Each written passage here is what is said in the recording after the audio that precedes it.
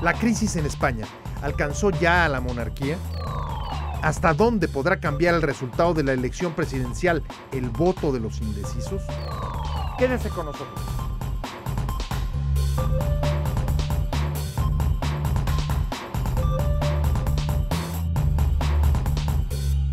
Buenas noches, usted y los asuntos que le interesan son parte de esta agenda. España da señales de volver a ser el país expulsor de migrantes que fue en el pasado. En las últimas décadas había logrado convertirse en un polo de atracción para africanos y latinoamericanos en busca de futuro. La crisis económica, el desempleo y el déficit fiscal han puesto fin al milagro español del último cuarto de siglo de desarrollo y construcción de instituciones sociales y democráticas. La duda sobre la capacidad del nuevo gobierno de resolver la situación sin apoyo del exterior disparó esta semana la prima de riesgo española a niveles cercanos a los de la intervención en Portugal y Grecia. Ahora, una cacería furtiva del rey Juan Carlos en Botswana, en lo más álgido de la crisis, puso en el debate público a la corona, institución que ha sido clave para la democracia y la cohesión nacional. A su presidente, Mariano Rajoy, de visita en México esta semana, un día le estalla una huelga general y al siguiente la expropiación de la filial de la petrolera española Repsol en Argentina. Ahora se suma el desgaste de instituciones afectadas por el escándalo. ¿Qué camino está tomando España para intentar salir de su laberinto y qué riesgos se enfrenta? De este asunto nos habla Alberto Sierra en el siguiente reportaje. Estamos ante una hora decisiva de España, ante uno de esos cruces de caminos que van a determinar el futuro de nuestro gran país, no ya en los próximos años, sino en las próximas décadas. Con estas dramáticas palabras, Mariano Rajoy reconocía la difícil tarea que tenía entre manos luego de ganar las elecciones de noviembre pasado. 5 meses después, el país ibérico se sitúa en el centro de la preocupación económica global. En este momento las familias y las empresas en España tienen un endeudamiento del 200% del PIB al día de hoy. Está peor que Grecia. La crisis se profundiza y el fantasma de Grecia sobrevuela España. El primer ministro italiano Mario Monti afirmó que podría ser necesario un rescate internacional, pero Rajoy lo niega una y otra vez. Es decir, plantear un rescate de España en estos momentos es algo que no tiene ningún sentido. España no va a ser rescatada. No es posible rescatar a España, no hay intención, no se necesita y por tanto no va a ser rescatada. Como había prometido, Rajoy ha aplicado duras medidas de austeridad para reducir el déficit al 3% a fines de 2013, como exige la Unión Europea. El 30 de marzo anunció un paquete de austeridad por 27.300 millones de euros, el mayor ajuste fiscal desde que España es una democracia. Un presupuesto que es, en definitiva, austero, como decía, fuertemente austero, pero que es la forma de acometer esa reducción cuanto antes del déficit público, condición necesaria para financiar correctamente la economía, financiar el crecimiento económico y volver a la creación de empleo. También congeló salarios a los funcionarios, subió impuestos y elevó las tarifas de servicios básicos. El 9 de abril recortó otros 10.000 millones en educación y salud, áreas que había prometido no tocar durante su campaña. Se han tomado importantes decisiones de ajuste drástico en los presupuestos ministeriales. A pesar de las reformas y ajustes, el valor de los bonos de deuda españoles se encuentra en su peor nivel desde noviembre y la Bolsa de Madrid está en mínimos de 2009, cuando el mundo vivía una grave recesión. La tasa de desempleo es la más alta de Europa. Creció hasta 23,6% en marzo, casi 5 millones de personas. La tragedia es aún mayor si se mira a los jóvenes. El desempleo entre menores de 30 años superó el 50% por primera vez en marzo. Ils ont dû baisser les pensions de retraite. Ils ont dû baisser les salaires dans la fonction publique. Ça, c'est une réalité. En Espagne, le chômage a augmenté de 225%.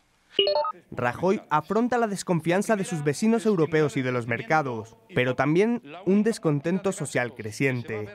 A 100 días de asumir la presidencia, enfrentó su primera huelga general. Hablan de reformar cuando quieren derrumbar el Estado social, democrático, laboral, que hablan de austeridad,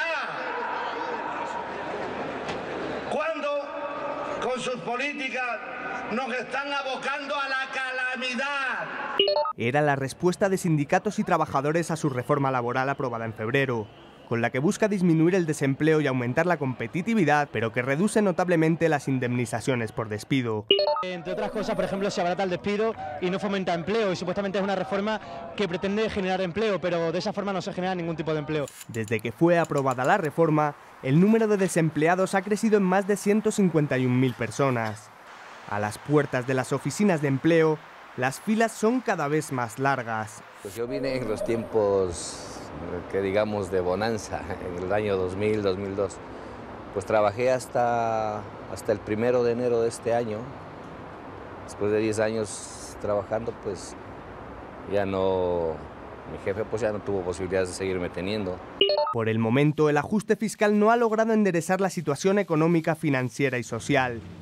El riesgo está en que, efectivamente, a lo mejor reducimos el gasto, incrementamos los ingresos, pero esos ingresos pueden verse mermados si la actividad económica cae mucho, precisamente propiciada por unos ajustes que pudieran ser desmesurados. El poder adquisitivo de los españoles es cada vez menor, lo que amenaza con condenar al país a varios años de recesión o estancamiento. Para tener una idea, España tiene un 23% de desempleo. Para ponerlo en perspectiva, México, la última tasa que fue anunciada es del 5%. ¿Qué implica eso? Hay personas que no están teniendo una remuneración, por lo tanto están gastando menos, no se va a un consumo cero porque la gente tiene que vivir. Entonces se reduce el consumo. El sector inmobiliario fue el motor del llamado milagro económico español. Hizo crecer su PIB a un ritmo superior al 3% anual. Pero el colapso de la construcción en 2008 provocó recesión y estancamiento. La especulación inmobiliaria pone en riesgo ahora el sistema financiero.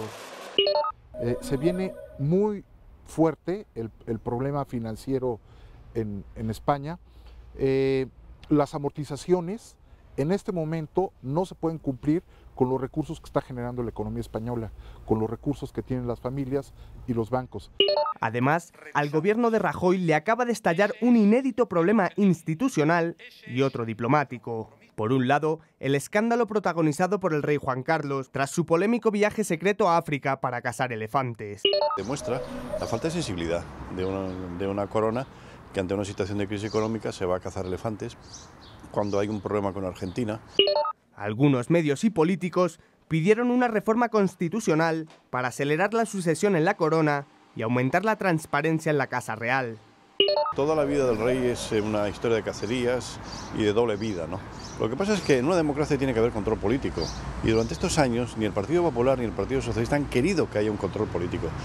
Por otro lado, se encuentra el conflicto con Argentina, luego de que la presidenta Cristina Fernández anunció la expropiación de la petrolera YPF a la española Repsol. Es una decisión hostil contra Repsol, por tanto, contra una empresa española y, por tanto, contra España y el Gobierno de España. Tras 4 meses al frente del gobierno, Rajoy tiene más frentes abiertos, que se suman a los que no ha podido cerrar. 34 años después de la Constitución democrática que estableció la monarquía parlamentaria, España carece de una ley que regule las actividades del rey como jefe de Estado o la sucesión en la corona por asuntos como la abdicación o la renuncia. El nuevo escándalo puede desembocar en eso, en una ley para llenar vacíos legales sobre la casa del rey, cuyas actividades y recursos incluso quedaron fuera de la ley de transparencia que el gobierno español aprobó apenas en marzo. Pero más allá de problemas legales, el desgaste de la corona tiene importantes consecuencias políticas y sociales en un país que antes de salir de la crisis puede perder hasta una generación entera de jóvenes, en su mayoría universitarios, que no encuentran espacios para desarrollarse profesionalmente en su país. Esta situación representa importantes desafíos al modelo de Estado de las autonomías, que la deuda de las comunidades ha vuelto también a poner en el primer plano del debate nacional. La autocontención de los poderes y la experiencia de pactos con los que España logró dejar atrás la dictadura sin violencia son hoy su mayor activo para afrontar la crisis económica y también la tensión institucional.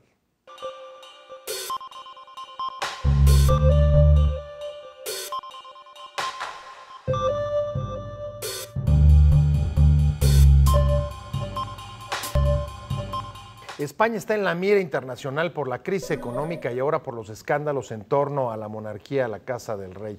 ¿Cuál es el futuro? ¿Cómo va a salir España de esta crisis? Bueno, básicamente en lo que se refiere a la cuestión económica tiene que tomar muchas medidas que no están planteadas con una posibilidad apropiada a corto plazo. Esto va a tomar muchos años y puede, para que se vuelvan a recuperar los niveles de crecimiento a los que estuvo acostumbrada España en las últimas 3 décadas, va a tomar por lo menos una década más. Una caída muy estrepitosa. Una caída muy estrepitosa donde se requieren medidas de austeridad y que en este momento pues están afectando, y a esto se refieren pues todas estas protestas de los indignados en las plazas de las principales ciudades españolas. ¿No era tan sólido el crecimiento español? Bueno, un elemento importante que hay que tomar en cuenta es esto de que pues a España en determinadas situaciones críticas tuvo la buena fortuna de descubrir América en el siglo XVI o de ingresar a la Unión Europea después de la muerte del franquismo, lo cual le dio posibilidades de salvación en 2 situaciones fundamentales. La forma como se diseñó este proceso de consumo, después de haber estado acostumbrados a un consumo muy restringido, por ejemplo en la época del franquismo, pues lleva a que se produzcan todos los elementos de crédito fácil, de responsabilidad en la forma de otorgar los créditos y un proceso entonces perverso en la forma como se manejan cuestiones de créditos y elementos financieros. Ahora, los problemas se agravan ahora con los escándalos que rodean a la Casa del Rey. ¿Cuáles son las consecuencias políticas y sociales de este problema? Habida cuenta de que la institución, la monarquía, jugó un papel importante en la transición democrática en los primeros años. Sí, el rey fue considerado un héroe después de haber defendido a las instituciones democráticas después del intento fallido de un golpe de Estado el 23 de febrero de 1981, y desde entonces tuvo un enorme prestigio frente al resto del mundo y específicamente dentro de España. Pero eso se dio en el contexto de el inicio del gran auge económico también de España a principios de los años 80. Para estos momentos, ante esta situación de crisis económica, donde hemos visto todas estas manifestaciones de indignados y con estas torpezas que tiene el rey Juan Carlos en diversos ámbitos, muy propenso a accidentes, y ahora pues este accidente, lo más grave no es que se haya roto la cadera, es que pues estaba cazando elefantes, ha llevado a un proceso de indignación donde por primera vez se están oyendo peticiones de que abdique para que pueda irse a cazar libremente y que no tiene autoridad moral para pedirle a los españoles que se ajusten el cinturón cuando él no lo está haciendo algo de esta manera. Los problemas además llegan incluso al exterior. Acaban de nacionalizar la empresa petrolera española, la filial de Repsol en Argentina. Es un caso aislado porque España tiene intereses en México, Perú, Colombia, en diversos países de América Latina. ¿Es aislado o crees que esto pueda convertirse en un problema que se replique? El gobierno argentino yo creo que tomó esta decisión respaldado por elementos internacionales como un apoyo de China, y en este sentido pues tomó una decisión en donde el gobierno español lo que tiene que hacer es un control de daños, decir cómo vamos a poder obtener una rápida y justa indemnización y evitar que se afecten los otros intereses económicos de España en Argentina, como puede ser la telefonía y los bancos, y al mismo tiempo tratar de evitar que otros países de América Latina, pensemos Venezuela o Bolivia, sigan el modelo que puede dar una expropiación relativamente exitosa en el caso argentino. Quédese con nosotros. Al regresar, el voto de los indecisos. ¿Puede cambiar o no el rumbo de la elección presidencial?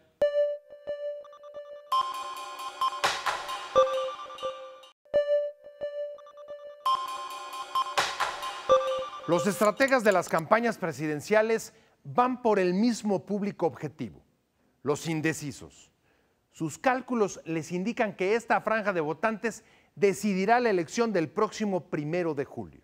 Los candidatos adaptan su discurso y ajustan propuestas para alcanzar a 1 de cada 3 electores que, a 2 meses y medio de la elección, están inseguros o aún no deciden su voto.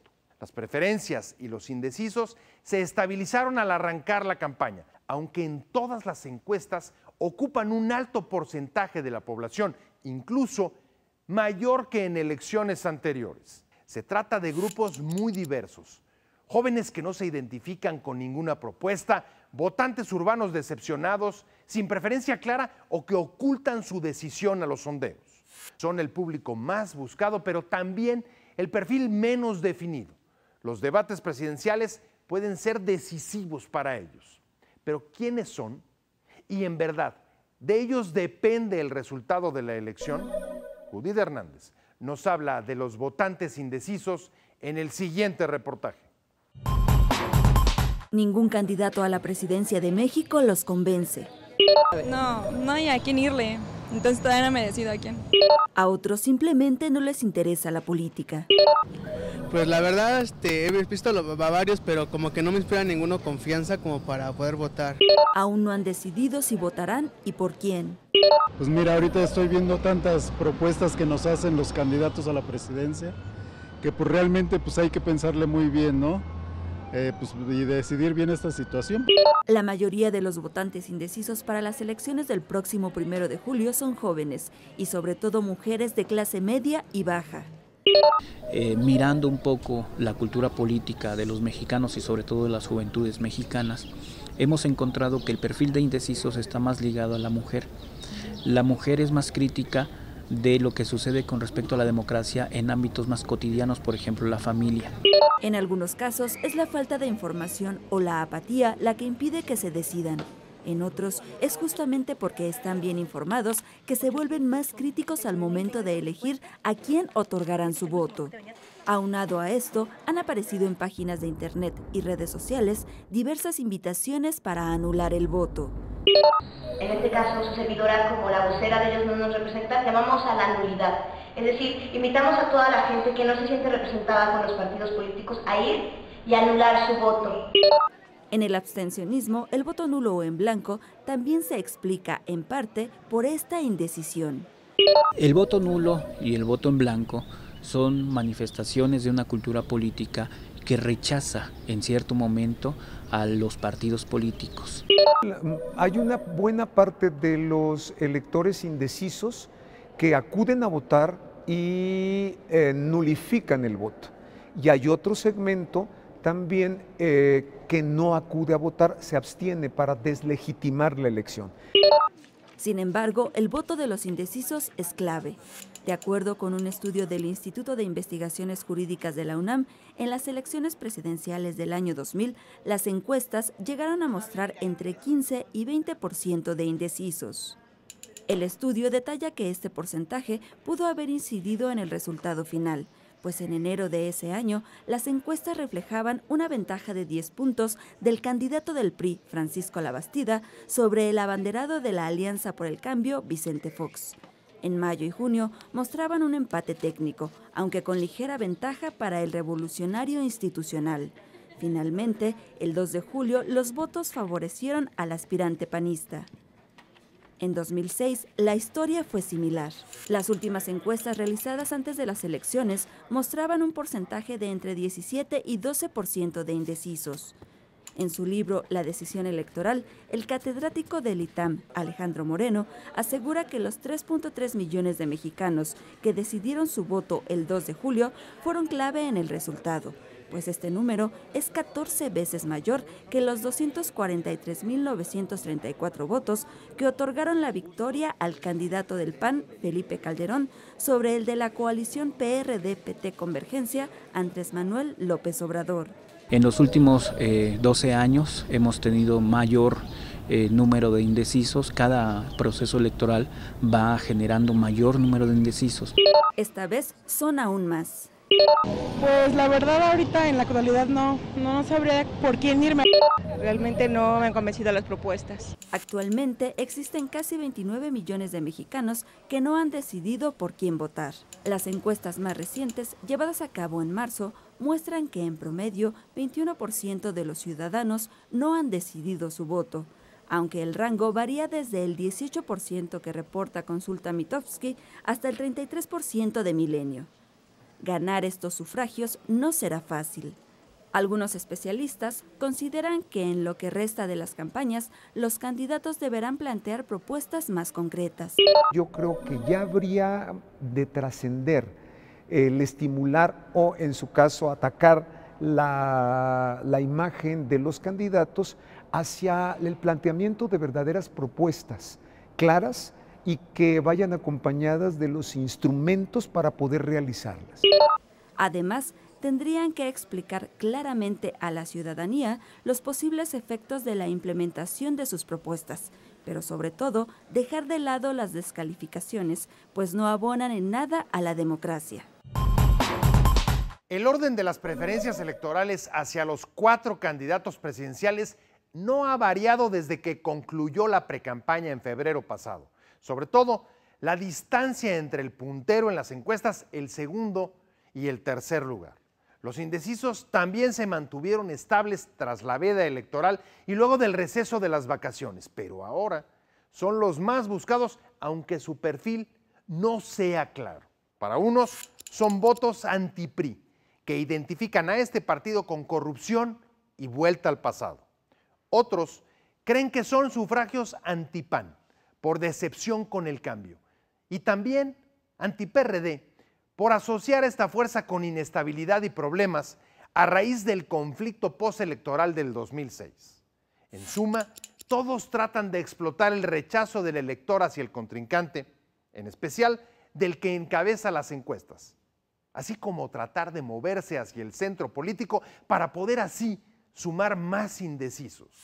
Aunque este sector podría distribuirse en una proporción similar a las preferencias que tiene cada partido, los estrategas de campaña piensan que la única forma de modificar las encuestas es conectar con ellos.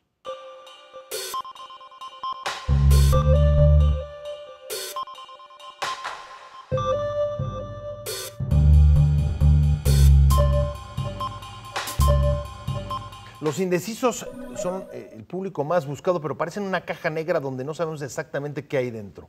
¿Quiénes son? Bueno, en primer término es cómo llegar a los indecisos, porque en estos momentos lo que está sucediendo es que la no respuesta se está tomando como sinónimo de indecisos. No es el caso. El encuestador tiene que medir quiénes son realmente indecisos y quiénes simplemente no desean participar o no quieren compartir cuál es el sentido de su preferencia. Pero que ya lo tomaron. Pero que ya la tomaron, que ya la tienen, pero que no la quieren compartir. En este sentido, nosotros sí lo hemos medido. Una tercera parte aproximadamente son indecisos, es decir, de la no respuesta puede ser del 20-25%. Bueno, una tercera parte son propiamente indecisos y una tercera parte son personas que contestan el voto es secreto. No quiero darle a conocer cuál es el sentido de, no quiero participar en, digamos, en el sentido de mi preferencia.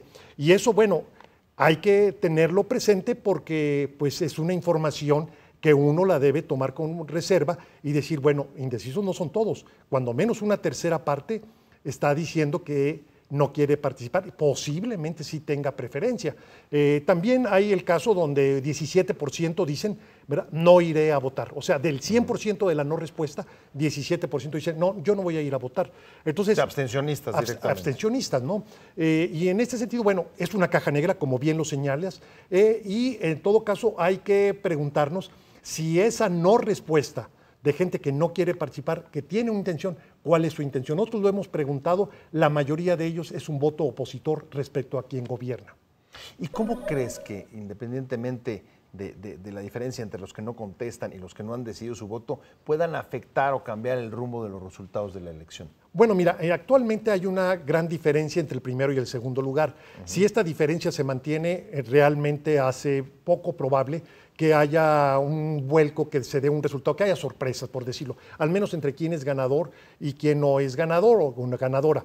Entonces, el tema aquí, en todo caso, será si va a haber una evolución, si la elección se va a cerrar. En ese sentido, obviamente, los indecisos cobran mayor importancia, pero también, ¿sabes qué? Aquellos que ya declaran su intención de voto, pero que están, digamos, son blandos, pueden estar a favor de un candidato o candidata, pero no necesariamente quiere decir que así se van a mantener, o sea, sino que pueden migrar. Sí, no son leales, no son votos No leales. Aproximadamente una tercera parte de las preferencias por los partidos o por los candidatos son lo que nosotros llamaríamos preferencias blandas, que pueden migrar, que pueden irse a otro candidato o bien que pueden no participar de la elección, también eso puede ocurrir.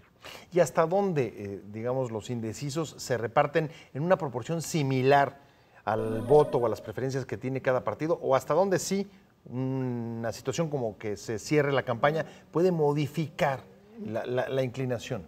Más bien sería la segunda hipótesis, es decir, que no queda claro, al menos nuestros números no lo revelan, la idea de que ellos votarían igual que los que declaran su intención de voto. Sí creemos que entre lo que son auténticos indecisos y aquellos que no quieren dar su preferencia, fundamentalmente es un voto opositor. En otras palabras, tiende a crecer más el voto PRI o el voto PRD, menos el voto PAN, sobre todo por las respuestas que dan en términos de que si quieren o no la alternancia, que si están de acuerdo o no con el presidente Calderón, etcétera, etcétera. Y lo que sí estamos viendo que ese voto no declarado puede tener puede asignarse más hacia el candidato del PRI y al candidato del PRD, bueno, de la coalición de izquierda.